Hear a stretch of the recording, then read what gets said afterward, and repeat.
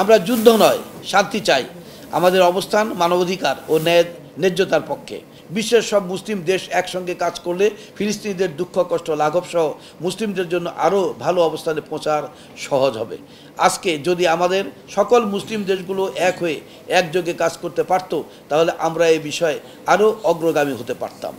ওআইসিভুক্ত দেশগুলোর মধ্যে তিনি নিজেকে একমাত্র বোন হিসেবে উল্লেখ করে প্রধানমন্ত্রী বলেছেন, আমার এখানে একটাই কথা, সকলে এক হন এবং এই ধরনের অন্যায় অবিচার যেন আমাদের উপর না হয়। ফিলিস্তিন রাষ্ট্র ঘোষণার পর থেকে এ পর্যন্ত জাতিসংঘের যে 140টি দেশ ফিলিস্তিনিকে স্বীকৃতি দিয়েছে, বাংলাদেশ তার মধ্যে অন্যতম। গোটা বিশ্বে বাংলাদেশেই একমাত্র দেশ যে দেশ ইসরায়েলকে তার পাসপোর্টে নিষিদ্ধ করে রেখেছে। সমেত শুধুই আন্তর্জাতিক কূটনীতিতে আমাদের অবস্থান একেবারেই স্পষ্ট এবং মহান সংবিধানে বিধৃত। অন্যান্য রাষ্ট্রের আভ্যন্তরীণ বিষয়ে আমরা হস্তক্ষেপ করি না। আমরা আন্তর্জাতিক বিরোধের শান্তিপূর্ণ সমাধান চাই। প্রত্যেক জাতির স্বাধীন অভিপ্রায় অনুযায়ী অবাধে নিজস্ব সামাজিক, অর্থনৈতিক ও রাজনৈতিক ব্যবস্থা নির্ধারণ ও গঠনের অধিকারকে আমরা সমর্থন করি এবং সাম্রাজ্যবাদ, উপনিবেশিকতা বা বর্ণ বৈষম্যদের বিরুদ্ধে বিশ্বের সর্বত্র নিপীড়িত জনগণের ন্যায়সঙ্গত সংগ্রামকে সমর্থন করি। সমেত শুধুই ফিলিস্তিন ও ইসরায়েলের অঞ্চলে সংঘাত চলছে প্রায় 8 দশক ধরে।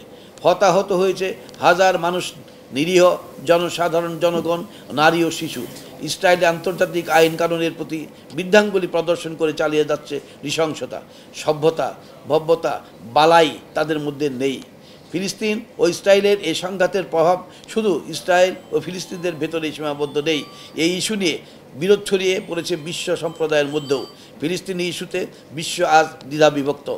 মানব সভ্যতা, মানবাধিকার, শান্তি ও সহাবস্থানের প্রশ্নে ফিলিস্তিন ইসরায়েল সংকটের শান্তিপূর্ণ সমাধান অত্যন্ত জরুরি।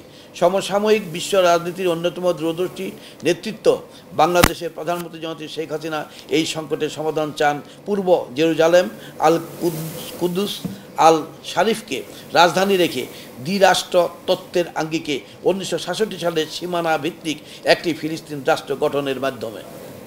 আমিও মনে করি এটি ফিলিস্তিন ইসরায়েল সংকটের সবচেয়ে ভালো সমাধান। 40% বেশি গ্লো, বিশ্বের 1 নম্বর গ্লো ক্রিম, নতুন গ্লো এন্ড লাভলি। 1967 সালে নির্ধারিত সীমানা অনুযায়ী জেরুজালেমকে ফিলিস্তিনিদের রাজধানী হিসেবে সমর্থন করে বাংলাদেশ। কত আগের কথা চিন্তা করে দেখতে পারেন যে বঙ্গবন্ধু কত দূরদর্শিতা চিন্তা করে এই কাজটি করেছিলেন। সমিত সুধীমণ্ডলী, 1974 সালে পাকিস্তানের লাহোরে ওআইসির দ্বিতীয় সম্মেলনের সময় ইয়াসির আরাফাত ও বঙ্গবন্ধু শেখ মুজিবুর রহমানের বৈঠকের মাধ্যমে ঢাকায় প্যালেস্টাইন লিবারেশন অর্গানাইজেশন এর কার্যালয়ে স্থাপনের অনুমতি প্রদানের মাধ্যমে বাংলাদেশ ও পিএলও এর মধ্যে সম্পর্ক সুদৃঢ় হয়, যা পরে ফিলিস্তিনের দূতাবাসে পরিণত হয়।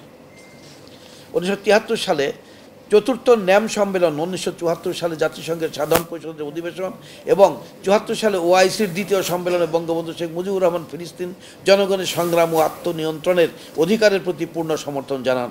ফিলিস্তিনের প্রতি বাংলাদেশের জনগণ ও সরকারের যে আন্তরিকতা, সহযোগিতা ও সহমর্মিতা তা বিশ্বে বিরল।